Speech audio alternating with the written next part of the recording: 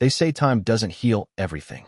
Sometimes it just buries the wound deep enough that folks forget it's even there, until somebody comes along and pokes it with a sharp enough stick. That's pretty much how my whole mess with the HOA started. 16 years had passed since I walked away from my job investigating land disputes. I'd seen it all back then.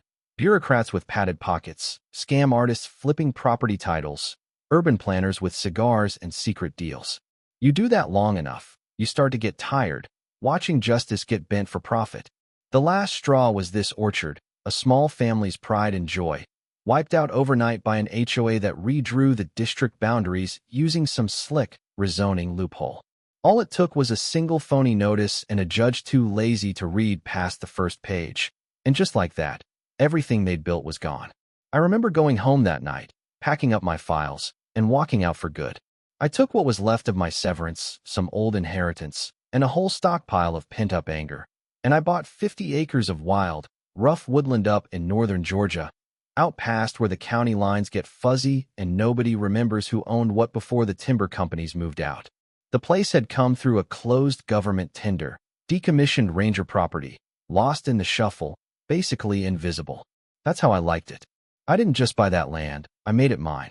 For 2 years, I worked it with my own hands, cutting trails, pouring concrete, stacking stone, raising beams, sealing it all with sweat and blood. The forest didn't mind. The deer kept showing up. The old USDA marker lines still peeled off like sunburned paint if you touched them. I documented everything, every survey map, boundary log, even GPS overlays from old satellites. This was my place, every damn inch. I hung a cedar board over the front of my cabin, carved with one word, Sloan Ridge. My father never got to name his land before they took it away. I wasn't going to repeat that mistake.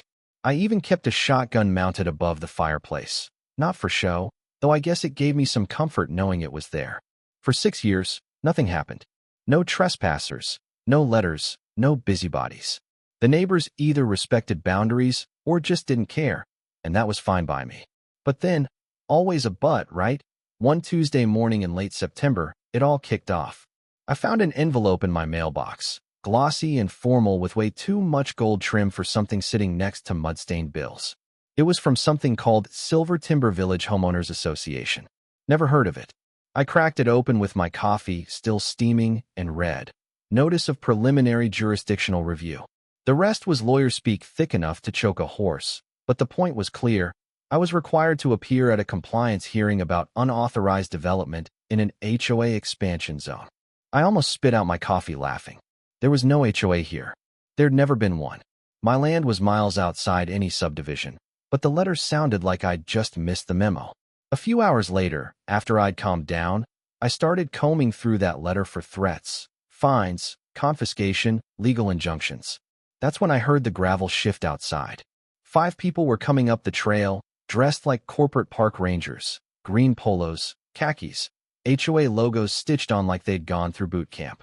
1 had a body cam, 2 had measuring tapes, 1 had a folder, and the woman in front, platinum bob, clipboard, looked like she expected the dirt itself to roll out a red carpet. "Good afternoon," she called, with that fake smile you see in courtrooms. "Are you the occupant of this residence?" I just stared. I didn't like her phrasing, like I was squatting on something that belonged to them. "Karen Bliss, president of Silver Timber Village HOA. We're here to conduct a compliance survey, border work, structural assessment, nothing invasive." Without waiting for an answer, they started up the steps, just marching in with the confidence of people who thought clipboards beat deeds. One guy muttered about property alignment points for HOA standardization. Another chimed in, "We're not taking anything, just checking conformity." I went inside, grabbed my Mossberg 590, and walked back out. Didn't aim it, just held it in both hands, pointed low. They froze. "If any of you take another step," I said, "you'll get a hole in your belt line bigger than your legal argument." The one with the camera started stammering. Someone dropped a folder, papers flying. Karen's smile cracked. You're threatening us with a firearm. We're calling the police." "Good," I said, "because I'll be calling them, too. You can explain your presence here without a warrant. I'll explain your organized trespass." They left in a hurry, one tripping over a tree root, Karen clutching her clipboard like a riot shield. I stood there a while, let the dust settle, then set the shotgun back over the fireplace and started a file on my laptop. HOA invasion attempt, Phase 1. I wasn't just defending my land. I was going to bury them with the truth. 2 days later, another envelope, this time certified mail, county seal, no HOA branding. Inside, a summons to a hearing for encroachment into annexed HOA territory, threatening fines and structural reassessment. The signature, John Cressy, Regional Property Inspector.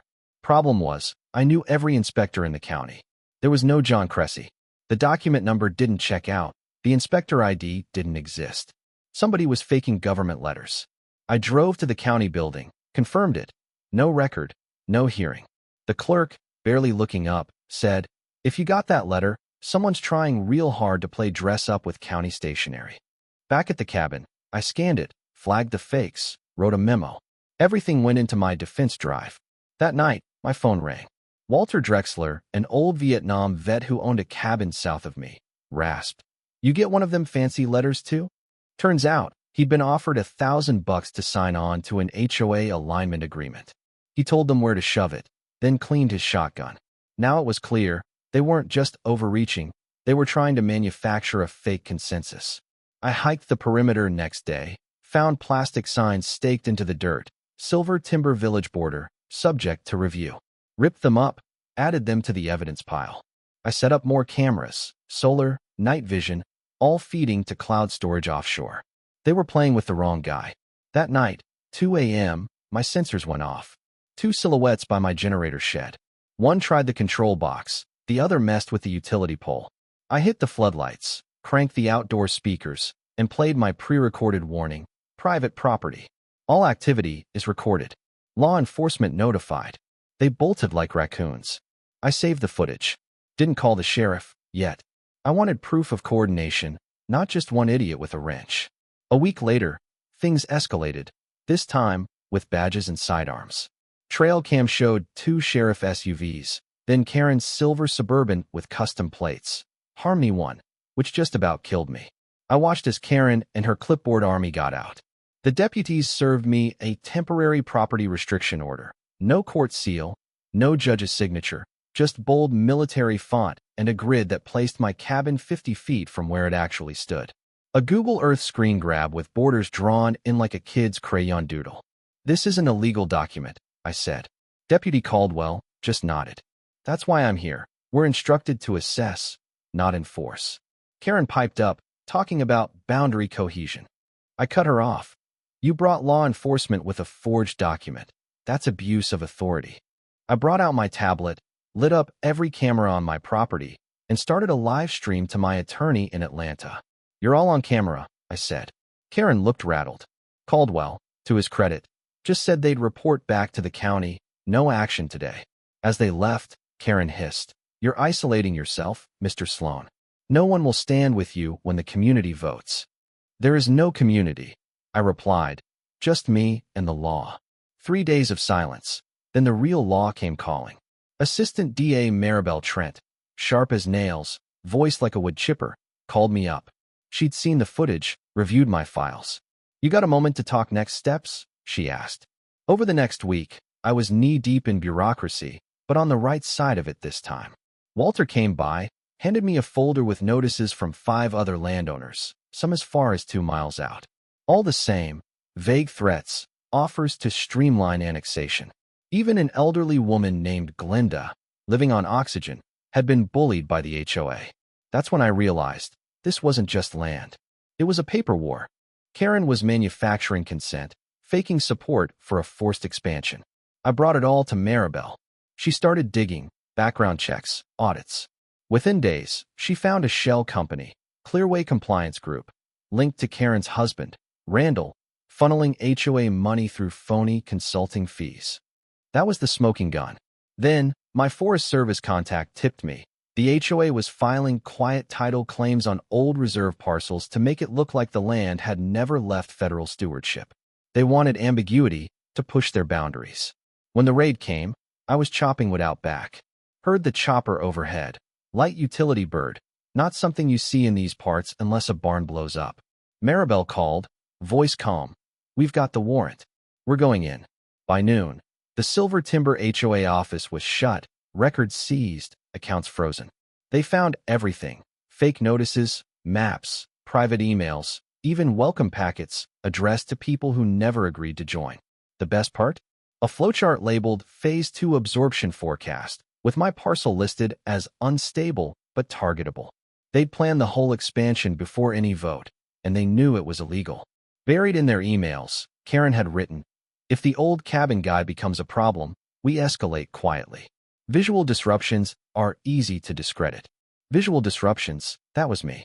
But now they were the ones being erased. That night, the porch was quiet for the first time in months. No headlights, no drones, just the wind and a bottle of Tennessee rye left by a grateful neighbor. A few weeks later, the state passed this Sloan provision, making it a felony to annex land without consent. My cabin beam now carries a brass plaque, Sloan Ridge. This land is mine. No committee will change that. And yet, even with the HOA dissolved, their building bulldozed, and Karen facing 12 years, there's a question that won't quit. How many other folks are out there, fighting alone, hoping someone will believe their side of the story? That's what I want to know. Would you stand up if it was your land? Or would you just keep your head down, hoping no one ever comes knocking? Let me know, because out here, the only line that matters is the one you draw for yourself. So what do you think? Was I right to go all in, or did I take it too far? Drop your thoughts below, share your own run-ins with HOAs, and tell me, what would justice look like if it was your land on the line?